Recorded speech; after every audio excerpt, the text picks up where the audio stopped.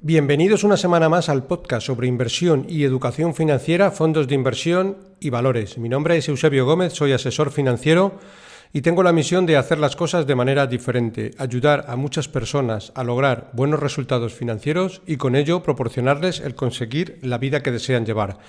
Para cualquier duda o consulta sobre este podcast, mi dirección de email es eusgomez@gmail.com. Bueno, empezamos como siempre recordando la responsabilidad y el aviso legal. El actual podcast tiene un carácter informativo y divulgativo. No supone bajo ningún término ninguna recomendación de compra o de venta de ninguno de los fondos o acciones mencionados en esta presentación. La publicación de este podcast es a título personal.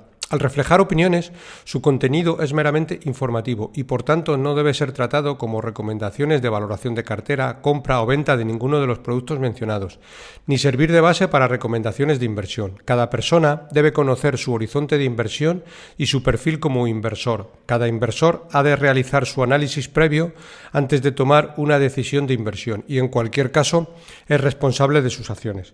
Bueno, esta semana vamos con el consultorio, llevaba algo más de un mes sin hacerlo y se nos han acumulado bastantes consultas. Hemos hecho alguna entrevista y por eso creo que vamos con demora de una semana o dos en relación a que siempre lo hacemos cada mes. Bueno, antes de nada, recordaros y agradeceros infinitamente que le deis like en la aplicación donde lo estéis escuchando, ya sea en YouTube, en iBooks, en Spotify, etcétera. Siempre nos ayuda mucho y bueno, posiciona al podcast dentro de las mayores posiciones en el ranking de podcast, con lo cual nos da mucha más visibilidad. Bueno, sin más dilación empezamos con la primera consulta. Víctor López dice, ¿podría darme su opinión acerca del fondo GQG Partner Global Equity para este momentum de mercado? Bien, bueno, hay varias consultas, pero vamos a empezar por la primera. El GQG Partner es un buen fondo, pero yo no soy partidario de introducir un fondo de renta variable en cartera para este momentum de mercado y sí para tener a muy largo plazo. ¿De acuerdo? Porque para momentum de mercado, pues bueno, siempre nos podemos equivocar. Siguiente cuestión que nos hace, dice, fondo que todavía está un menos 10% abajo en el año y quizás podría ser una buena opción para compaginar en cartera en un peso del 10% de la cartera global, teniendo una cartera 70% renta variable y 30% renta fija. ¿Sería compatible para tener en la misma cartera con el Capital Group New Perspective en la misma proporción del 10%? Desde mi punto de vista son perfectamente compatibles, incluso es que no se solapan entre sí. Si vemos un poquito la exposición que tienen ambos fondos, no se asemeja mucho, aparte que bueno, tienen diferentes casuísticas dentro de que son dos fondos de renta variable. Mirad, el GQG tiene una exposición a Europa del 18%, América del 73%, del cual tienen Canadá el 3%, Estados Unidos el 65% y en Iberoamérica 5%. También tiene a Asia un 9%. Digamos que es un fondo bastante global. Tiene en total de empresas en cartera 51, con lo cual ya vemos que es un fondo, vamos a llamarle concentrado y de mayor convicción por parte del gestor que el siguiente que vamos a ver, que es el Capital Group, con lo cual sí que pueden ser perfectamente compatibles en una cartera. Mirad, en el Capital Group, empresas total en cartera que tienen son 254, que comparado con 51 del otro, pues ya vemos un poco que hay muchas más acciones dentro de la cartera y con pesos bastante bajitos. Bueno, la exposición también difiere un poco, tiene en Europa un 30%, en América un 60% y en Asia un 10%. Las empresas que hay dentro son completamente diferentes en cartera, puede que haya alguna igual, pero no en exceso. Digamos que el Capital Group es un fondo más pegado al índice, aunque a largo plazo le saca 1 o 2 puntos de rentabilidad adicional al índice. El Capital Group es un fondo mucho más longevo, tiene un historial de más de 50 años que puede servir perfectamente como fondo de armario en cualquier cartera de renta variable, pero a la consulta sí que se solapan perfectamente y bueno, lo del momentum de mercado, si quiero tener un fondo por convicción y es de renta variable, debería de tenerlo mucho tiempo, pues 5 o 7 años mínimo, ¿de acuerdo? Siguiente cuestión Nos la hace María José Teruel, nos dice lo siguiente. Buenas tardes, Eusebio, me pongo en contacto contigo porque en el podcast donde haces balances de resultados me quedé con la idea de invertir en Cartesio X. Lamentablemente el año pasado se fueron mis ahorros porque tuve una operación y ahora dispongo de poco, pero te pido consejo para por lo menos no perder con la inflación. Quería tener dinero disponible por si me pasa algo parecido al año pasado. No estoy libre de ello. Siempre me has aconsejado muy bien y me creas mucha confianza. Quería meter los 6.000 euros, que es el mínimo en ese fondo, y en junio se me acaba un depósito a plazo fijo de 10.000. Es lo único que tengo actualmente. La verdad que podía haber aprovechado cuando ha habido caídas de mercado, pero no estuve ágil. ¿Qué me aconsejas para estas cantidades? Muchas gracias de antemano. A ver, para estas cantidades, más que para estas cantidades, para tu horizonte de inversión, que bueno, no está del todo definido y como dices, por si te vuelve a pasar algo parecido a una operación que tuviste y que no estás libre de ello, pues yo metería todo en renta fija. Le vas a sacar un poquito más, que si inviertes en depósitos y demás, invertiría en renta fija, que la parte de monetarios dentro de renta fija debería suponer entre un 50 y un 60%, y combinado pues con varios fondos también de renta fija, como podrían ser el fondo de J. Safra Dual Insurance, que es un fondo de renta fija que invierte en compañías aseguradoras, en bonos de compañías aseguradoras, con el ISIN LU 1111708357. Perfectamente también te podría valer el fondo de Brickwater Capital, que hemos hablado aquí y hemos entrevistado a los gestores en alguna ocasión, que es el LU 19849488874.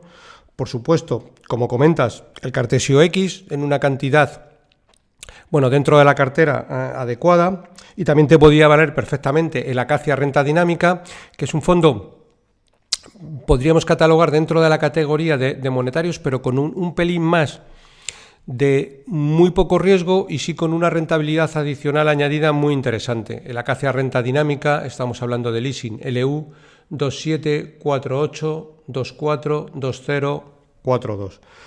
Bueno, una combinación, como digo, siempre poniendo un 50-60% en monetarios y el resto en este tipo de fondos de renta fija, te irían perfectamente. Y además, como la cantidad no es elevada, pues incluso con el monetario y con 2-3 fondos, porque te he mencionado 4, serían más que suficientes. ¿De acuerdo?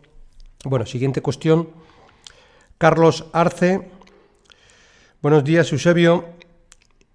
Soy Carles de Barcelona. Quería consultarte sobre algún fondo de renta variable que invierta en empresas de Europa para sustituir al fondo europeo de mi cartera, que es el indexado Vanguard European Stock, teniendo en cuenta que mi cartera de largo plazo, más de 20 años, es menor a una de 10.000 euros, donde tengo un fondo indexado al SP500 equiponderado, Small Cap Global y Emergentes, por lo que considero que tendría que ser un fondo de empresas de gran capitalización.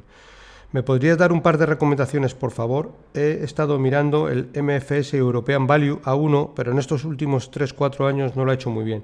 Y no sé si es un buen fondo para tener en cartera en lugar del indexado. Vale.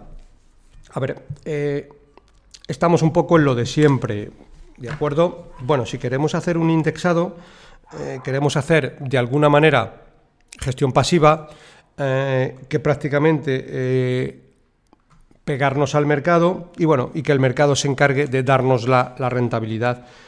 Y qué mejor manera que hacerlo al MSCI sin complicarnos lo más mínimo. Con lo cual, si yo me indexo a un MSCI, pues no haría nada más, no tendría un SP500 equiponderado, no buscaría small cap, no iría a emergentes y no lo complicaría para nada, ¿vale? Como digo, cómprate el mercado. Cuando tengas dinero, invierte y olvídate de esto. Es decir, no le dediques ni las más mínimas de tus neuronas en este asunto, porque para eso te indexas al mercado. Y no quieras, comportarte y ser más listo que el mercado, porque luego esto como norma general trae complicaciones, ¿vale? Otra cosa que podrías hacer, Sí que, insisto, si ya te quieres complicar, pues es irte por el lado de la gestión activa, que desde mi punto de vista vas a llegar más lejos, complicándolo todo un poco más. Pero si te coges un fondo como el Fan Smith, Guinness, Searles, Benimellon, Capital Group, etcétera, también te compras el mundo y a largo plazo vas a tener algo de mejor rendimiento que el MSCI. Bueno, como digo, si mi consejo es que si quieres ser un asignador de capital en diferentes partes del mundo, pues para eso no te indexes. Pues hazte una cartera de fondos, cógete un buen fondo de renta variable europea, un fondo de renta variable americana, un buen fondo de renta variable emergente, y bueno, y vas y te puedes hacer una cartera. Si son buenos fondos, pues probablemente. Pero si vas por la parte de indexados, mi consejo es indéxate, MSCI y punto. No le dediques esto más tiempo. De hecho, por ejemplo, Warren Buffett en su momento le dijo a su mujer que bueno, cuando él no estuviera y si quería estar invertido, pues que se invirtiera en un fondo indexado y que se olvidara del asunto. Pues un poco para que veamos. ¿De acuerdo? Bueno, alguien que no quiere o que no tiene capacidad, como podría ser la mujer, para dedicarse a esto, pues una forma de hacerlo adecuadamente es indexarse al mundo, pero luego no estar picando por allí, por aquí, etcétera. ¿De acuerdo? Bueno, más cuestiones. Francesc Pedrox nos comenta lo siguiente.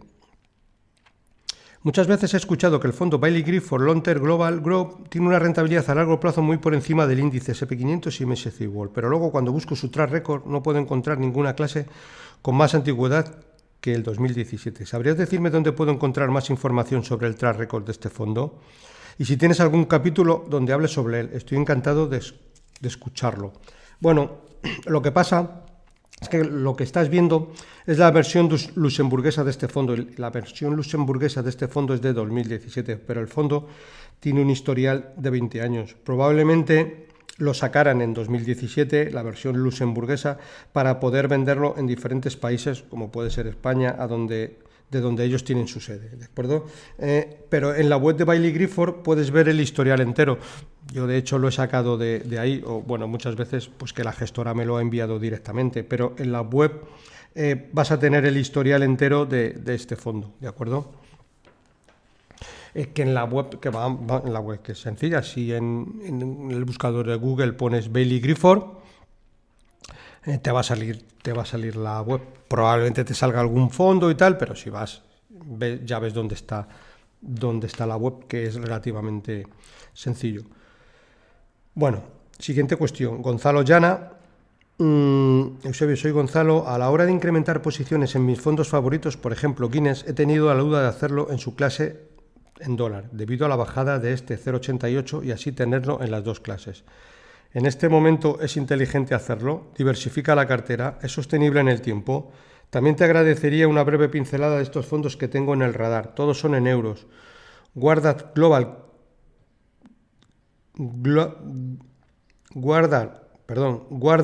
Carmignac Portfolio Creditat y por último Candrian Bonds Credit Alpha. ¿En qué tipo de cartera tienen sentido? Gracias por tu esfuerzo en nuestra educación financiera. Bien, en una cartera con un porcentaje de renta fija superior al 30%, sí tendría sentido tener este tipo de fondos, ¿de acuerdo? Respecto al Guinness, si vas a largo plazo, como debería ser el caso, porque tienes un fondo de renta variable, como puede ser más de 7 años, yo no cubriría la cartera ni compraría fondos en dólares. Mirad, si vamos a un ejemplo, este año el euro-dólar está penalizando a los fondos en euro, estamos de acuerdo. De hecho, por ejemplo, el otro día estuve en una reunión con Tasio Seirlen, del fondo Seirlen, e indicaba que solo este año el eurodólar estaba penalizando al fondo en un 7%, que es una barbaridad, pero él consideraba que a largo plazo el eurodólar se estabiliza y no merece la pena ni pagar por la cobertura, que aproximadamente es del 2%, ni tener otro fondo que no sea el de nuestra divisa base. Si nosotros cobramos en euros, hacemos la vida en euros y estamos invertidos a largo plazo en euros, andar toqueteando con diferentes clases en otros fondos no es lo más adecuado, porque ya entramos un poco en el terreno de la especulación. Y yo creo que eso, pues bueno, nos lleva normalmente a tomar peores decisiones y que la cartera luego no rinda adecuadamente.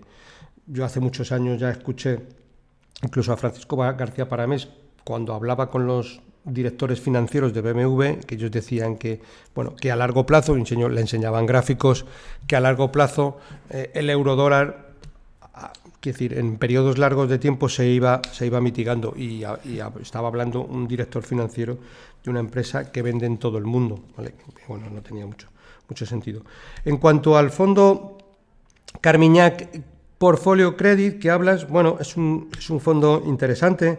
Es un fondo de renta fija internacional, de deuda corporativa, que invierte en todo el mundo, con un estilo flexible, con lo cual eso le da opción a que el gestor, a su juicio, que normalmente es un buen juicio, pues pueda invertir en todo tipo de renta fija de todo el mundo. Es un fondo que no tiene restricciones y está basado en convicciones altas.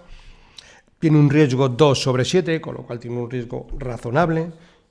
Y para que veamos un poco, este fondo se inició en el año 2017 y lleva una rentabilidad del 50% desde entonces, que para ser un fondo de renta fija, pues la verdad es que está razonablemente bien, tirando un poco bien.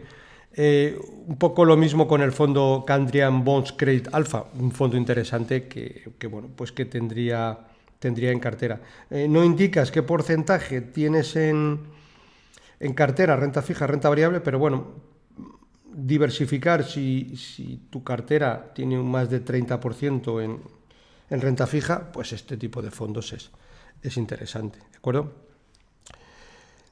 Pedro hace la siguiente consulta. Hola Eusebio, antes de nada felicitarte por toda la ayuda que nos brinda. He oído hablar muy bien del fondo Sestan Quality Focus. ¿Qué le parece? Mira, este fondo es un muy buen fondo. De hecho, da la casualidad de que en el podcast número 215, que puedes volver a escuchar, y le llamábamos comprar calidad a precio razonable, hablábamos precisamente de este fondo. Es un único podcast en el cual hablamos de este fondo. Puedes repasarlo y ver que, bueno, es un fondo interesante que lo podrías tener.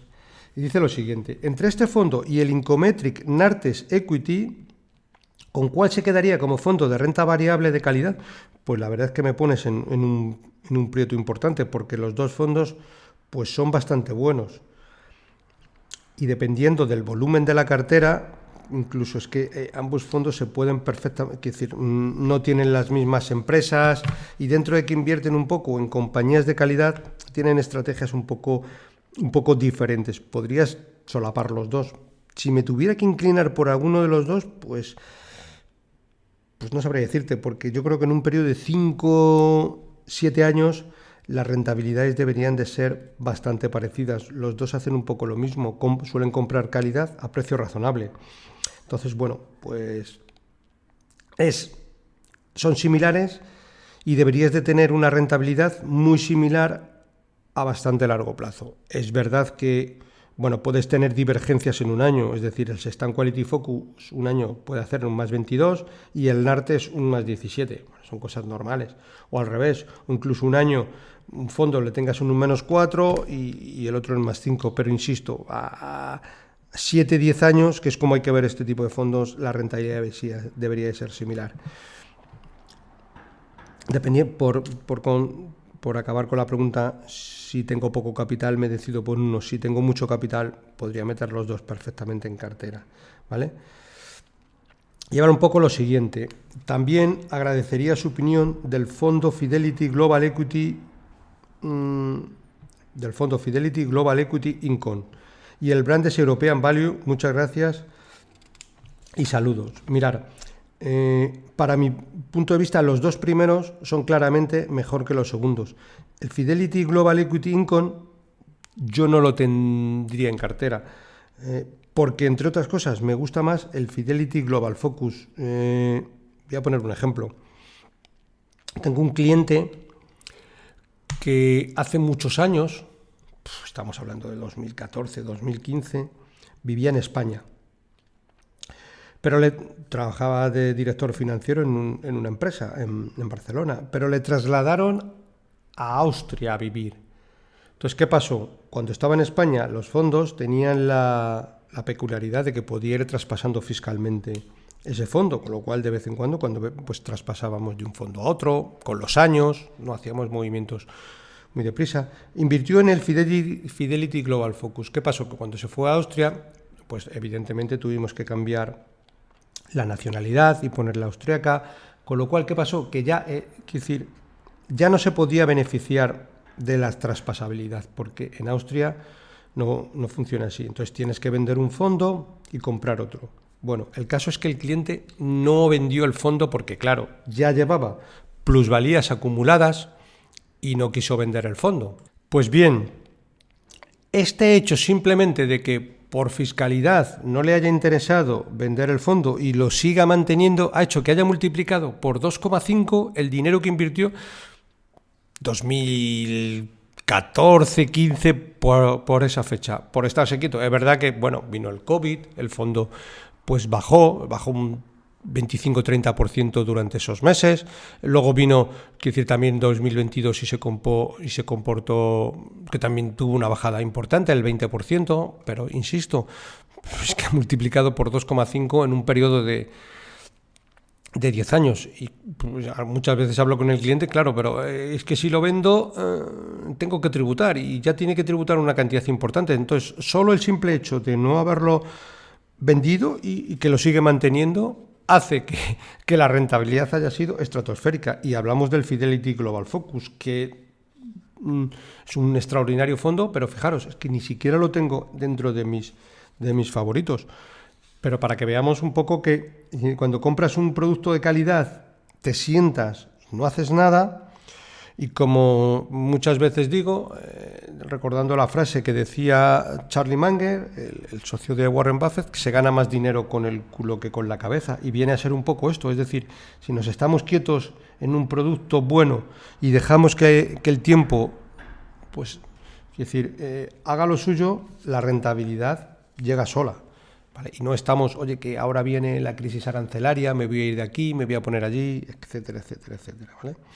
Bueno, siguiente cuestión, que en este caso no me ha llegado por email, sino que me la hizo Emilio a través de la plataforma de iBooks. ¿Vale? Comenta lo siguiente. Me gustaría preguntarte por este fondo a ver qué te parece. Y es el fondo MFS Contrarian Value. Bueno, este fondo es un fondazo, extraordinario fondo, para tener en cualquier tipo de cartera. Es un fondo que, analizándolo, pues bueno, es un fondo diferente que creo tiene bastante sentido para diversificar las carteras de muchos clientes con tanto riesgo a compañías large cap de Estados Unidos, es decir, las grandes compañías americanas, ¿vale? Es muy agnóstico respecto del índice y ha conseguido estos números, porque la verdad que ahora vamos a ver la rentabilidad, una rentabilidad extraordinaria, con un peso bastante en Europa, incluso en Inglaterra, ¿vale? Frente a Estados Unidos. Es decir, que ha sido capaz de encontrar mucho valor fuera de los nombres habituales y sospechosos habituales, es decir, las 7 magníficas, ¿vale? Habiendo tenido, por ejemplo, muy poca tecnología y ninguna 7 magníficas, ¿vale? Más allá de Alphabet, que ya vendieron hace bastante tiempo y que en un momento dado la tuvieron, ¿vale? Si vamos viendo la presentación, viendo todas las cartas mensuales, trimestrales, pues vamos a hacer un resumen, ¿vale?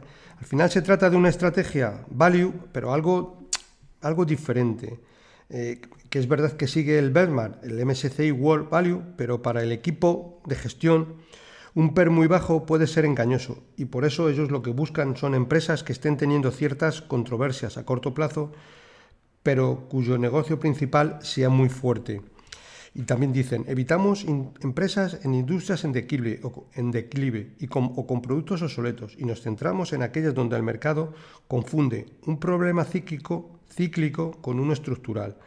Bueno, tienen un enfoque unconstrained y global, que es descorrelacionado y global, no tienen restricciones respecto al índice. Y para que veamos, es un fondo que tiene una alta convicción porque como norma general tiene entre 30 y 40 compañías. También dicen que el fondo no tiene miedo a la hora de entrar en una posición con mucha convicción y un peso alto. Es decir, cuando tienen convicción, pues meten un porcentaje adecuado en el fondo. Preferimos entrar pronto para aprovecharnos de las tesis de los analistas cuanto antes. Al mismo tiempo, solemos salir pronto. ¿Por qué? Porque dicen que, salen pronto porque si surgen mejores ideas no tenemos problema en rotarlas.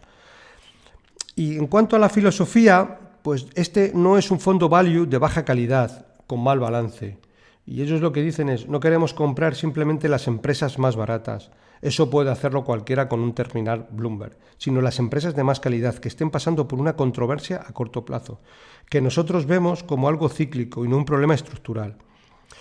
Comenta, value es algo subjetivo, no es un tema cuantitativo que se puede analizar con filtros sencillos. Es por tanto un fondo bottom-up, es decir, es un fondo que va buscando empresa a empresa, que se apalanca en la gran plataforma global de analistas de MFS, que es decir, tienen analistas por todo el mundo, tanto de renta fija, que también los utilizan, porque muchas veces los gestores de renta fija también analizan empresas, ¿vale? Con lo cual, todo el expertise de la casa les viene muy bien, ¿vale? Dicen, los analistas no solo nos ayudan a no caer en trampas de valor, sino que nos va a permitir ser ágiles y movernos rápido para aprovechar esos momentos tan concretos donde se producen estas dislocaciones. El equipo cree que el corto plazo es un enemigo del inversor contrarian. Un buen balance es muy importante. Si hay mucha deuda, es difícil que tengamos confianza en invertir. Si vamos un poquito con retrospectiva, vemos que los mejores momentos del fondo ha sido cuando el value como estilo lo hace muy bien.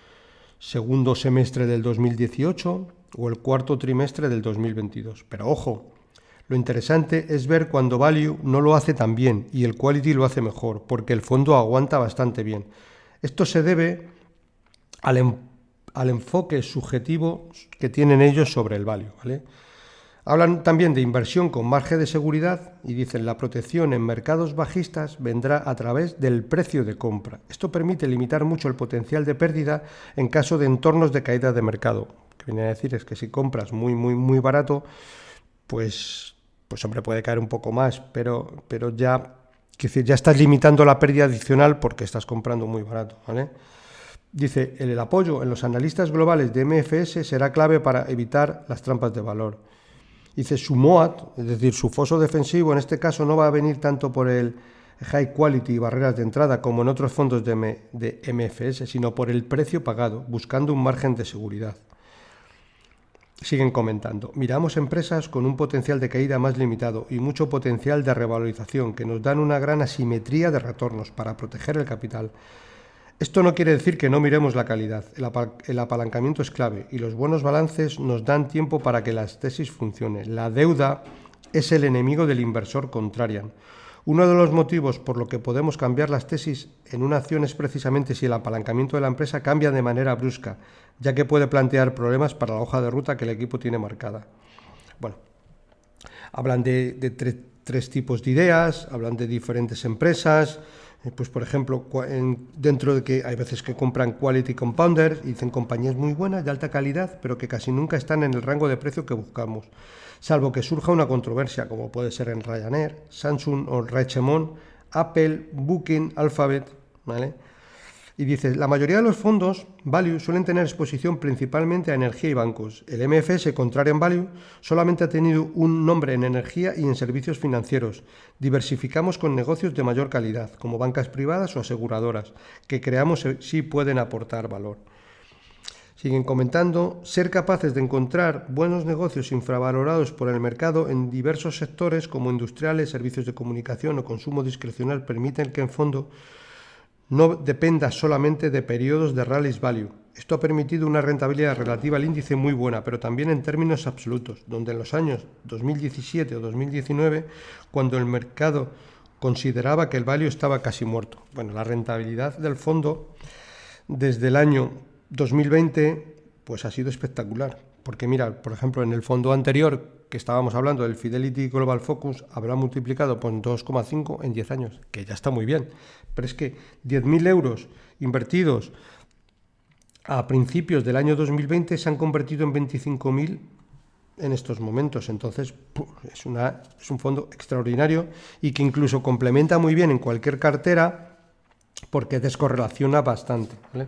Fondo muy interesante, o sea que totalmente aconsejable. Me he extendido un poquito más porque, bueno, me parece un fondo muy, muy interesante y creo que merecía la pena. Siguiente consulta nos la hace Boris Sánchez, que siempre, bueno, nos hace consultas bastante interesantes.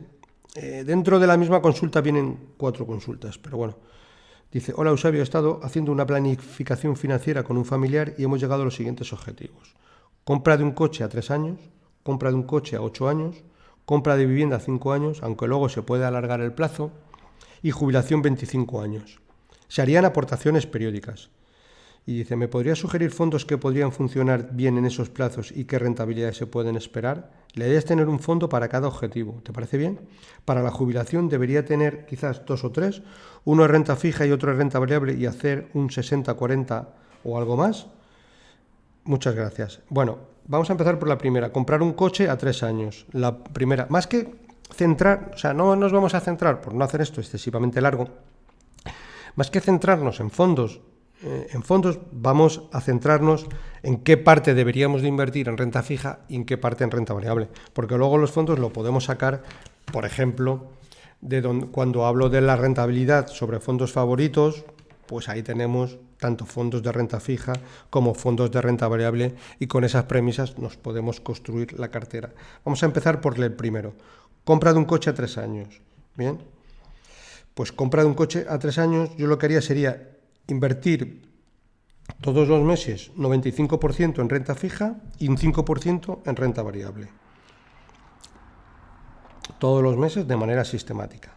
95, 5, 95, 5. Y el último año, es decir, en el año 2, que ya el horizonte de inversión ya no son 3 años, ya es un año, pues seguir invirtiendo, pero todo en renta fija. Ya no tener nada de renta variable, incluso la parte de renta variable que he ido comprando, pasarla también a renta fija.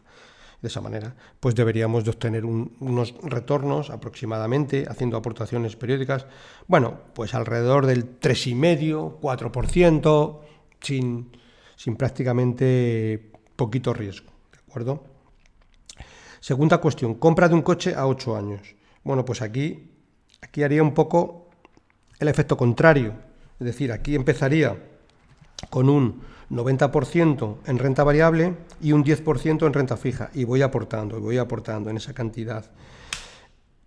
El primer año, el segundo año, lo que haría sería bajar la aportación a renta variable, que debía ser un 80, y un 20 en renta fija. El tercer año, pues seguir haciendo aportaciones periódicas, pero con un 70% en renta variable y un 30% en renta fija. El cuarto, 50-50. Ya el quinto, hacer una aportación del 40% en renta variable y un 60% en renta fija. Como veis, lo que estamos haciendo es adecuando el nivel de riesgo a nuestro horizonte de inversión.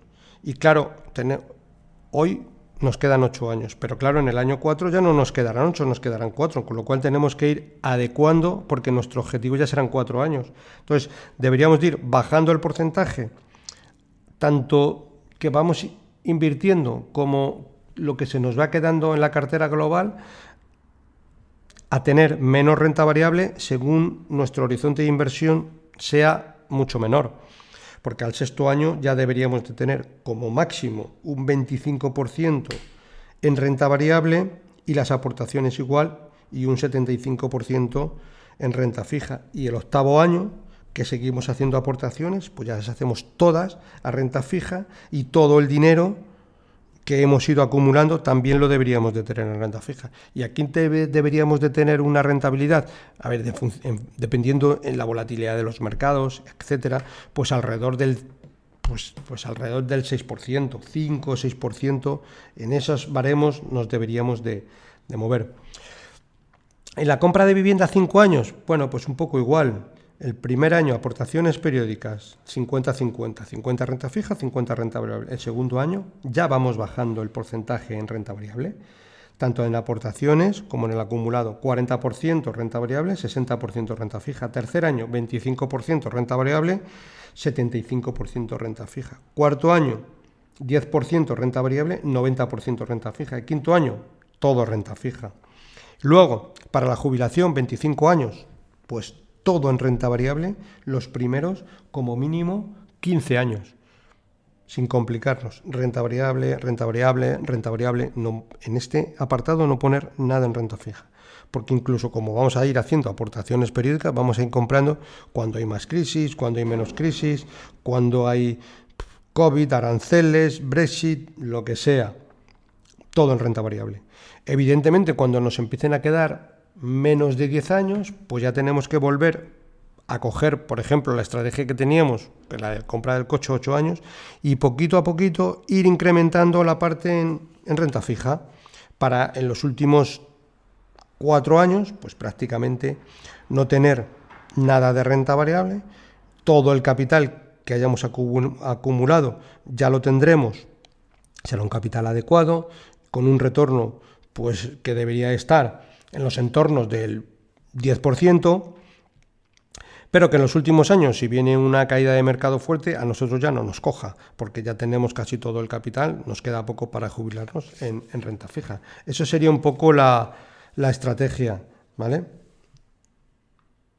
Si nos fijamos en todas las estrategias, en ninguna estrategia de ellas estamos introduciendo fondos mixtos, pues nosotros mismos nos estamos haciendo el fondo mixto, vía porque al principio estamos asignando un porcentaje muy elevado a renta fija o a renta variable de función del objetivo, pero no estamos haciendo fondos mixtos, porque bueno, los fondos mixtos muchas veces, a juicio del gestor y a buen juicio, pues él considera que tiene que subir el peso en renta variable, en renta fija, pero lo está haciendo él y muchas veces nos distorsiona nuestra cartera porque nuestro horizonte puede ser el nuestro y de esta manera pues nosotros nos hacemos directamente el fondo mixto adecuado a nuestras circunstancias.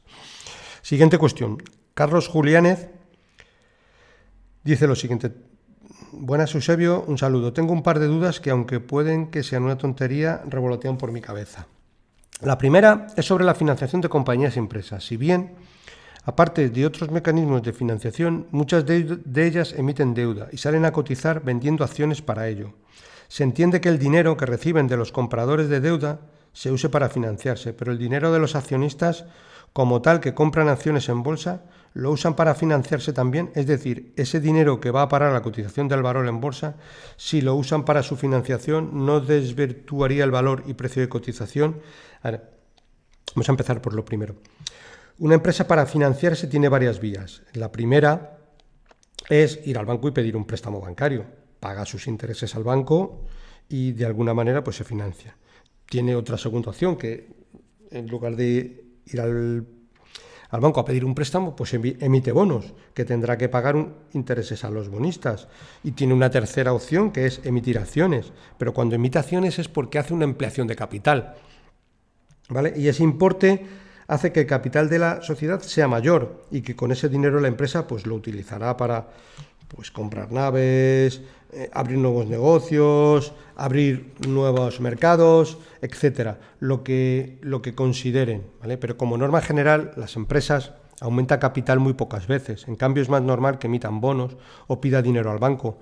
Pero una vez que una empresa tiene 15 millones de acciones, son esas acciones. Y esas acciones cotizan en bolsa todos los días, pero cuando hay un señor que compra es porque hay otro señor que está vendiendo. El capital sigue siendo el mismo, pero se compran y se venden en un mercado, pero sigue habiendo 15 millones de acciones. Lo único que van pasando es que van cambiando de manos. Cuando nosotros vamos y compramos acciones de Ferrovial o de cualquier empresa en bolsa, ese dinero no entra en la empresa, porque la empresa ya tiene un capital social de X, sino que en lugar de tener esas acciones, pues Pepito las tiene Manolito, es decir, se van intercambiando, pero no cuando compras acciones en bolsa, esas acciones la empresa no las usa para financiarse, sino que hay un tercero que nos las está vendiendo, ¿de acuerdo? Sigue haciendo otra segunda cuestión. Dice, una segunda duda es sobre las rentabilidades de los fondos de inversión. Acostumbramos a ver las rentabilidades de los fondos en las web y en las fichas de los fondos desglosadas por años, meses, días, anualizadas, etc. Pero estas rentabilidades que se muestran recogen las aportaciones periódicas que se pueden hacer por parte de la inversión, así como la capitalización compuesta. Sí las recogen, sobre todo si lo vemos a largo plazo. Pero claro, tenemos que tener una cosa en cuenta, y es que la rentabilidad del fondo recoge el valor liquidativo del fondo a 1 de enero y hasta el 31 de diciembre, Pero luego, cada cliente, al comprar el fondo en un día determinado u otro, tendrá diferente rentabilidad. Vamos a ver un ejemplo. Mirad, vamos a suponer que hay un fondo que tiene un valor liquidativo el 1 de enero de 10 euros, ¿vale? Y en 1 de febrero el valor liquidativo baja a 8 euros, con lo cual ha caído un 20%, ¿de acuerdo? Pues un cliente compra ese día y a final de año el fondo sigue a 10 euros, es decir, valor 1 de enero, valor 31 de diciembre no ha cambiado. Durante el año ha hecho diferentes cosas. Bueno, pues como vemos, realmente el fondo ni ha subido ni ha bajado, ha estado un año en lateral. En cambio, este cliente tiene una rentabilidad del 25%, porque claro, de 10 a 8 es un 20%, pero de 8 a 10 es un 25%, porque siempre que cae, luego para subir tiene que subir más. Pues en este caso va al contrario, con lo cual el cliente, en este caso, por comprar el fondo cuando estaba en 8 euros, solo por pasar a 10, está ganando un 25% cuando el fondo no está haciendo nada, ¿vale? El fondo, como digo, sin hacer nada, este inversor está teniendo un 25% por haber sabido comprar cuando el fondo está en negativo. Como siempre, cuando el fondo está en negativo hay muchas malas noticias, el mundo se va a ir al garete, todo, bueno, pues siempre hay agoreros que dicen que como ha caído un 20%, pues que va a caer un 25% más, a veces se atinan, pero la mayor parte de ellas, pues no. Pero vamos a ver el caso de otro inversor que el 1 de enero, el mismo fondo valía 10 euros, pero luego el 1 de mayo, este fondo valía 11 euros, es decir, estaba un 10% por encima. Luego el 31 de diciembre el fondo vuelve otra vez a los 10 euros. Pues bien, este cliente tiene una pérdida del 10% a 31 de diciembre. Como vemos, mismo fondo, distinta rentabilidad para cada tipo de partícipe. El momento de la compra a corto plazo hace que la rentabilidad varíe bastante. Es verdad que a 7 a 10 años no es tan relevante. Muchas veces la gente se obceca en comprar un fondo cuando está en máximos y luego porque, bueno, todo está calmado, todo está bien, pero al final la calma lleva a precios caros, la incertidumbre siempre lleva a precios baratos. Entonces, dentro de una cartera que nos lo permita la cartera, que tengamos un porcentaje adecuado en renta fija, renta variable y que podamos aumentar la parte de renta variable porque en un momento dado hemos sido más conservadores de lo debido, cuando el mercado está un poco alto, pues hace que nos permita elevar un poquito dentro de lo que podamos nuestro nivel de riesgo y teniendo rentabilidades luego más razonables, sin que el fondo, como digo, haya hecho nada. O sea, esté en el año a cero, pero si lo hemos comprado bien, pues tenemos un 25% de rentabilidad. Bueno, siguiente cuestión. Juan hace la siguiente. Antes de nada, muchas gracias por tu podcast y todo lo que ayudas a fomentar una cultura y educación financiera que, en mi opinión, hace falta en este país. Acabo de empezar hace unos meses con la inversión en fondos. Antes de nada, mi edad son 50 años, autónomo, y mi objetivo es tener un complemento de la jubilación. Tengo alta tolerancia al riesgo. Llevo 10 años en las cripto y hago DCA mensual, aportaciones. Con esta proporción, renta variable 62%, renta fija 26%, 6% ETF de oro y 6% Bitcoin. Dicen renta variable, tengo World, Emergentes, Europa, Small Cap, a través de indexados, ¿vale? Pues la misma respuesta de siempre. Yo en renta variable solo tendría el MSCI. En renta fija no lo tengo muy claro y me parece más complejo que la renta variable. Tengo el control de seguridad de un año en un monetario de Grupama. Pues ahí está, perfecto. He empezado a invertir en el Gamma Global y en el Vanguard Global Short Term Bond. Quería añadir algún otro fondo para diversificar en renta fija. Yo casi la pregunta que me hago, ¿por qué quieres meter otro fondo para diversificar en renta fija? De hecho, es que tienes el Vanguard Global Short Term Bond, que ya es un fondo indexado a renta fija de corto plazo. Si lo combinas con el Gamma Global, te va más que suficiente. Incluso tampoco le veo excesivo sentido tener un monetario de Grupama y el Vanguard Global Short, pues tendría uno de los dos.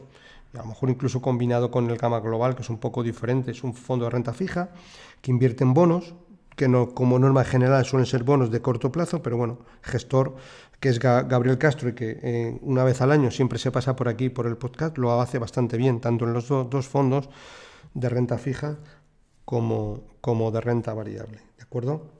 Evidentemente, yo no lo tendría mucha más diversificación en renta fija. Otra cosa es que, tengo un capital elevado. Es decir, si no tenemos mucho capital, pues no me complicaría. Es más, vamos a ver los números. Si tenemos más de 200.000 euros en total cartera, pues quizás empieza a tener sentido, pero mirar, si tenemos 100.000 euros en una cartera de fondos, un 26%, que es lo que dices que tienes en renta fija, son 26.000 euros, que con 3 fondos son aproximadamente 8.500 en cada uno. Suficiente diversificación, ya no tendría más.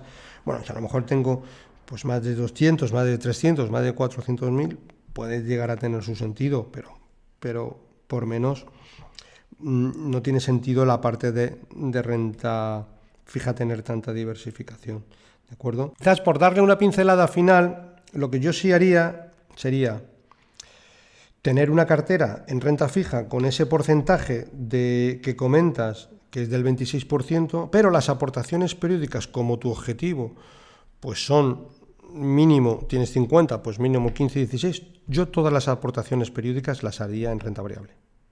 Pam, pam, pam, pam, pam. Ya tengo estructurada la cartera y tengo un 26% en renta fija, que está bien. Bueno, tengo un 6% en oro, 6% en Bitcoin, que no voy a entrar a comentarlo, porque bueno, yo no soy muy amigo de los Bitcoin. Pero bueno, ya tengo la cartera. Pero todas las aportaciones que haga periódicas, yo las haría en renta variable, por lo menos en los próximos 7, 8 años, que te quedan otros 8 más. Luego, a partir de ahí, pues ya sí que empezaría a bajar un poco el riesgo, tu horizonte de inversión va llegando a su final y ahí sería un poco más precavido. Pero ahora mismo todas las aportaciones yo las haría a renta variable. Bueno, siguiente cuestión. Carlos Arce, buenos días Eusebio, muchas gracias por tu labor informativa y de conocimiento sobre la inversión. Soy Carlos y tengo una consulta sobre el fondo Benny Mellon. Muchas veces en el podcast hablas del Benny Mellon Long Term Global Equity, pero a veces solo dices Benny Mellon Global Equity. ¿Haces referencia siempre al Long Term? ¿Con qué también? Vale. Veo que también existe el fondo Benny Mellon Global Equity, que es un fondo value, me surge la duda. Vale. ¿Podrías dar tu opinión sobre el fondo Benny Mellon Global Equity? Bueno, buena cuestión. Vale, yo siempre hago mención al Benny Mellon Long Term Global Equity. Y muchas veces lo hago, bueno, pues por resumir, porque el fondo no sea, por la que terminología no se os complique. Pero es verdad que Benny Mellon tiene 2 fondos, que es el Benny Mellon Global Equity y el Benny Mellon Long Term Global Equity. Pero son fondos que, aunque son de Benny Mellon, son fondos absolutamente diferentes. ¿Por qué? Porque mirar, Benny Mellon lo que hace muchas veces es una gestora muy grande, pero que compra pequeñas boutiques especializadas en diferentes productos, ¿vale? Pues compra una boutique de renta fija, compra una boutique de renta variable, compra una boutique de fondos de retorno absoluto y los mete todos en la plataforma. Pero luego cada boutique tiene su propia idiosincrasia. Si vemos el ejemplo, por ejemplo, el Benny Mellon Long Term Global Equity, que es el que yo siempre hablo aquí, está gestionado por una boutique pequeña que es Walter Scott, ¿vale? Es una boutique extraordinaria, tiene sede en Edimburgo, es un fondo extraordinario, ¿vale? En cambio, el Benny Mellon Global Equity pertenece a otra gestora absolutamente diferente, que es Newton, ¿vale? Misma filosofía, renta variable global, pero son 2 fondos que tanto en la filosofía de inversión como los gestores, como todo, no tienen absolutamente nada que ver. Son de Benny Mellon porque Benny Mellon es una plataforma que dentro hay diferentes gestoras, renta fija, renta variable, retorno absoluto, etcétera, etcétera. Tiene otra para bonos de mercados emergentes, en fin, tiene diferentes boutiques dentro de Benny Mellon. Pero en este caso, como digo, el Benny Mellon Long Term Global Equity está gestionado por Walter Scott y bajo mi punto de vista es la mejor opción de las 2. ¿De acuerdo? Siguiente cuestión. Vamos a ver. Vale, ya vamos bien. Juan Díaz comenta lo siguiente. Hola Eusebio, soy un fiel seguidor de tu podcast desde Asturias. Me gustaría que hablase sobre la comisión de éxito de algunos fondos. Personalmente no me gusta tener esa comisión, ya que es como si mermase mi ganancia a la hora de salida. Quizás no lo estoy interpretando bien, ya que veo que los especialistas como tú recomendáis habitualmente fondos con comisión de éxito. Muchas gracias. Vale, vamos a tratarlo. En general, la comisión de éxito es buena porque el gestor se cuida y mucho de ganar dinero para los partícipes, pues le va su sueldo anual en ello. La comisión de éxito al final es un win and win, todos ganan, ¿vale? La comisión de éxito, también vamos a verlo, se cobra siempre sobre los beneficios consolidados últimos, que en el argot financiero se denomina marca de agua. Muchos fondos con comisión de éxito, como norma general, lo que tiene es una comisión de gestión baja, que suelen rondar el 1,35. Y luego cobran un 9% sobre resultados, ¿de acuerdo? A ver, desde mi punto de vista, yo creo que es un buen trato para ambas partes. El gestor tiene un interés igual o superior al nuestro, ¿vale? Como digo, un 9% sobre resultado es un buen negocio para ambas partes. No solo es un buen negocio para el gestor, yo creo que para el partícipe también es un buen negocio, y vamos a ver un poco cómo funciona también el tema de la marca de agua, porque muchos gestores lo único que se cuidan es de que en su fondo haya mucho dinero. Si cobran el 2%, el 1,75, fenomenal, porque da igual que gane y pierda, él siempre se lleva el 1,75. Bueno, si tienes un 1,35, que es, digamos, en el rango bajo, y tienes una comisión del 9%, te cuidas muy mucho de ir temprano a trabajar, ir temprano a trabajar, marcharte tarde, bueno, para que el fondo, estudiar empresas lo máximo que puedas, rinda en consecuencia. Vamos a ver un poco cómo funciona también la marca de agua. Mirad, vamos a poner el ejemplo de que un fondo cotiza a 10 euros, ¿vale? Y sube a 12, con lo cual tiene un 20% de beneficios, ¿vale? Hay que decir que en ese 20% de beneficios ya está descontado el 1,35, con lo cual de ese 1,35 vamos a olvidarnos, porque siempre lo que veamos ya está descontado. Bien, pero un 9% sobre ese 20% es un 1,8%, es decir, el cliente se lleva un 20%, que descontado el 1,8 se lleva un 18,3, una rentabilidad, vamos a llamarle razonable, ¿de acuerdo? Y el gestor se lleva su 1,8, lo cual es un trato, yo creo que es un trato justo. Pero vamos a ver qué pasa el siguiente año, porque el siguiente año el fondo baja a 10, ¿vale? Con lo cual el año 3 el fondo vuelve a subir de 10 a 12, y aquí hay un beneficio de 10 a 12, pero es un beneficio que no se cobra porque la marca de agua está puesta en 12 y el gestor puede cobrar el 9% sobre el beneficio siempre y cuando el fondo suba de 12. Si se ha dado una vuelta por los 8 y estás 4 o 5 años por debajo de 12, el gestor no cobra sobre beneficios. Por eso se pone el tema de la marca de agua, porque queda marcado que puede cobrar a partir de 12, ¿de acuerdo? Por eso, como decía al principio, el gestor y el partícipe tienen los intereses alineados. Recordar que la rentabilidad, como decía al principio, del 20% ya está descontado el 1,35, ¿vale? Si vemos, por ejemplo, ya otro ejemplo, pero ya en concreto, un fondo, el Valentum, pues ahora mismo cotiza aproximadamente un 20% por debajo de la marca de agua, con lo cual podemos comprar un fondo solo pagando un 1,35, que es una rentabilidad baja para este tipo de fondos, que es un fondo de gestión activa muy bien gestionado, y la primera rentabilidad del 20% estará exenta de pagar comisión de éxito. Bueno, cuando suba del más del 20%, pues ya empezaremos a pagar, pero a lo mejor empezamos a pagar cuando tenemos una rentabilidad del 35%, pero solo vamos a pagar por el último 15%, porque el resto tenía la marca de agua y no pagamos. Pero también hay que verlo que nosotros siempre que vemos el valor liquidativo del fondo, el precio que sea, ya está descontado, tanto el 1,35 como el 9%, porque la comisión de éxito se descuenta diariamente siempre del valor liquidativo, ¿de acuerdo? José Luis Azcona nos hace la siguiente cuestión. Tengo una cartera 50-50, 50% renta variable, 50% renta fija, y siempre me pasa lo mismo. Cuando la bolsa baja, no soy capaz de comprar más, pues pienso que todo se va a ir al garete. Luego cuando sube me arrepiento de no hacerlo. A veces he comprado en máximos pensando que las subidas son interminables. En fin, creo que siempre voy con el pie cambiado y no sé cómo puedo cambiar para mejorar. Vale, desde mi punto de vista, claramente lo que necesitas es consejo profesional, pues un asesor que precisamente haga estas cuestiones por ti. Pues, pero no un asesor que se asuste cuando los mercados caen, pensando que van a caer mucho más. Bueno, un asesor que haga pocas cosas en tu cartera, pero con riesgo y criterio. O bien lo dejas siempre en piloto automático, no haces nada ni para lo bueno ni para lo malo, o bien te dejas llevar por alguien de tu confianza que será quien gestione esto. Al final tenemos que ser capaces de reflexionar y ver, es decir, en qué somos buenos y en qué no somos buenos.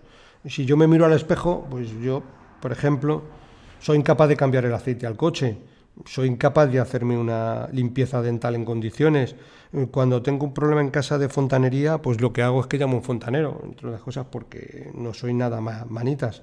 Bien, pues cuando algo se nos escapa de nuestras virtudes, debemos de acudir a profesionales, en este caso por la casuística que comentas, claramente se escapa de tus virtudes. Si tenemos un problema importante y necesitamos una persona que nos defienda en un juicio, pues tenemos que acudir a un buen abogado de nuestra confianza, etcétera. Muchas veces hacer las cosas por nosotros mismos en algo que no controlamos no es una buena decisión, y no es solo que no sea una buena decisión, sino que al final es una decisión que por barata que nos resulta cara al final. ¿De acuerdo? Bueno, Pablo Pérez nos hace la siguiente cuestión.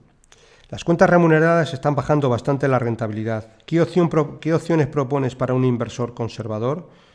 Bien, pues dentro de un inversor conservador hay que conocer tu horizonte de inversión, porque muchas veces puedes ser un inversor conservador y tener un horizonte de inversión de 10 años o más, que en este caso puedes hacerte una cartera de renta fija y aspirar a sacar en dicha cartera una rentabilidad anualizada del 4 o 5%, que es mucho más que las cuentas remuneradas, con un riesgo bajo. Pero un inversor conservador con un horizonte de 10 años puede permitirse el lujo de tener una cartera con un 5 o un 10% en fondos de renta variable. Es un porcentaje muy pequeño que va a afectar cuando llegue la volatilidad